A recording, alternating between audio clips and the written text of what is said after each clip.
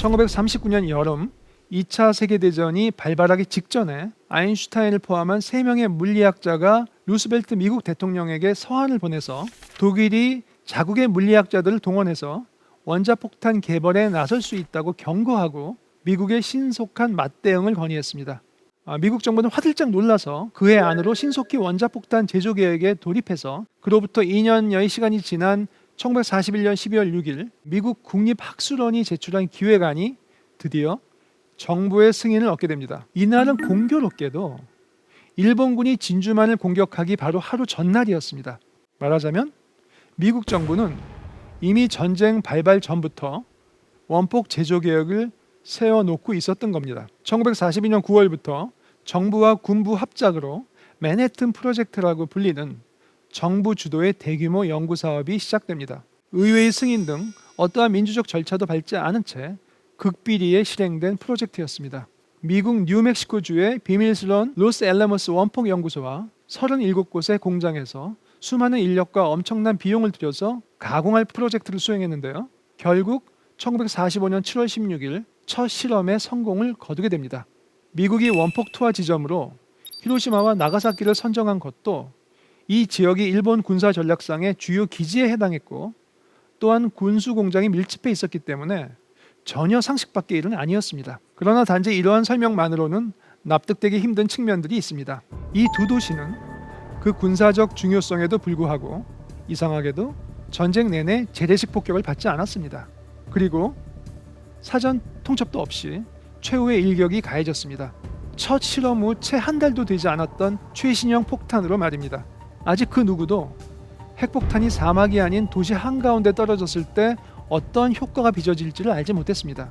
더구나 양 도시에 떨어진 폭탄은 종류가 달랐습니다. 원자폭탄은 핵 분열되는 물질에 따라서 우라늄 폭탄과 플루토늄 폭탄으로 나뉘는데 히로시마에 투하된 것은 전자, 나가사키의 것은 후자였습니다.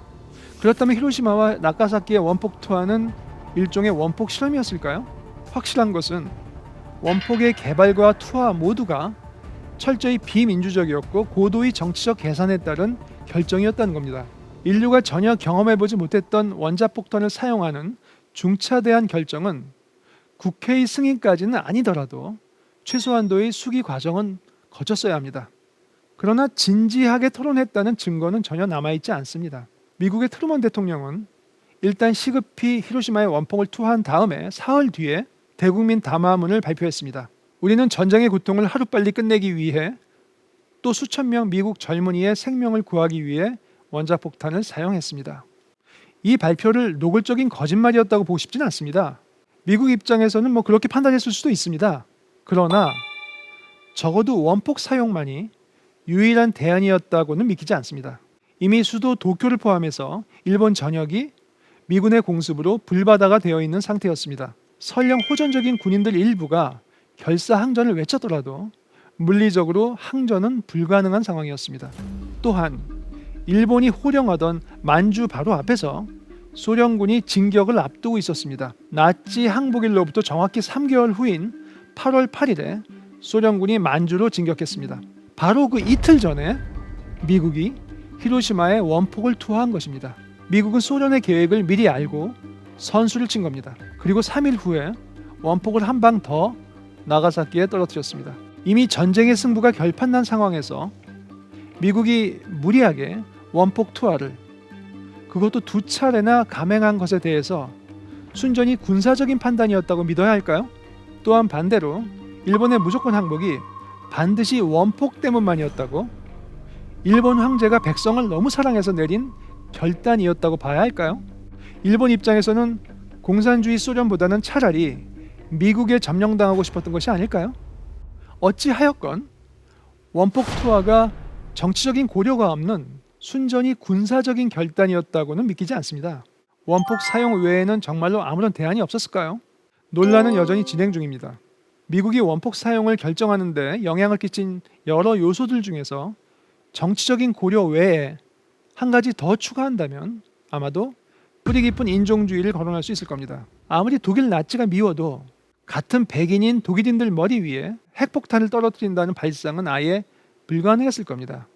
유색인종을 인간 이하로 보는 극심한 편견과 혐오가 원폭 투하 결정에 한몫했었다는 것은 이미 어느 정도 밝혀진 사실입니다. 원폭 투하와 관련된 실체적 진실은 여전히 미궁에 빠져 있습니다. 그러나 진실이 무엇이든 간에 원폭 투하는 결코 정당화될 수가 없습니다. 미국은 어떻게든 다른 방도를 찾았어야 합니다. 트루먼 대통령의 담화문 발표 이후 핵에 의한 정의 구현이라는 미국 신화가 생겨났습니다. 미국 정부는 자국의 핵무기가 전쟁을 위한 것이 아니라 오히려 정반대로 전쟁을 억제하는 효과를 갖는다고 늘 주장해 왔습니다. 핵의 가공할 파괴력에 대한 공포심이 직접적인 군사 충돌을 사전에 방지한다는 논리입니다. 냉전 특유의 발상입니다. 독일 철학자 칼 야스퍼스는 1961년에 출간한 저서 원자폭탄과 인류의 미래에서 이러한 견해를 그릇된 믿음에 불과하다고 공개적으로 비판한 바 있습니다. 공포를 근거로 평화를 다지겠다는 발상 자체가 잘못되었다는 겁니다. 전후의 미국에서는 인도주의적인 평화운동이 있었지만 정부뿐만 아니라 민간 차원에서도 원폭 투하에 대한 진지한 성찰은 별로 없었습니다. 미국인들에게 히로시마는 그저 핵전쟁의 공포를 환기시키는 이름이었고 때로는 새로운 과학문명 시대를 상징하기도 했습니다. 저 멀리 바다 건너 유색인종들이 겪은 고통에 대해서 공감한다는 것은 다수의 미국인들에게는 거의 불가능했었습니다. 원폭에 대한 미국인들의 집단 기억에 약간의 변화를 주려 했던 것이 미국 수도 워싱턴 DC의 스미소니언 국립항공우주박물관이 기획했던 이른바 에놀라 게이 전시입니다. 에놀라 게이는 히로시마 원폭 투하를 실행했던 B-29 비행기의 별칭인데 이 별칭은 조종사가 자신의 어머니 이름을 따서 붙였다고 합니다. 원폭 50주년을 맞이해서 기획된 이 전시는 이 역사적 유물의 동체를 복구하는 동시에 전문가들의 자문을 받아서 원폭 투하를 둘러싼 재반 역사적 사실들을 가능한 한 객관적으로 보여주고자 했습니다. 그런데 이러한 기획이 알려지자 곧 엄청난 비난 여론이 쏟아지게 됩니다. 미국 제향군인회 등의 단체는 집회까지 열어서 자신들의 거룩한 희생을 박물관 측이 모욕했다고 성토했고 연방의회에서도 원폭 투하의 역사적 당위성에 손상을 입히는 것에 대해서 비판의 목소리가 들려왔습니다. 이와 같은 압력을 감당할 수 없게 된 박물관 측은 미국 중심적인 입장으로 선회한 수정 기획안을 제시했지만 이번에는 전문 역사가들로부터 항의가 쏟아졌고 지루하게 옥신각신하는 사이에 예산이 대폭 삭감되면서 결국 보잘것없이 축소된 채로 전시가 열리게 되었습니다.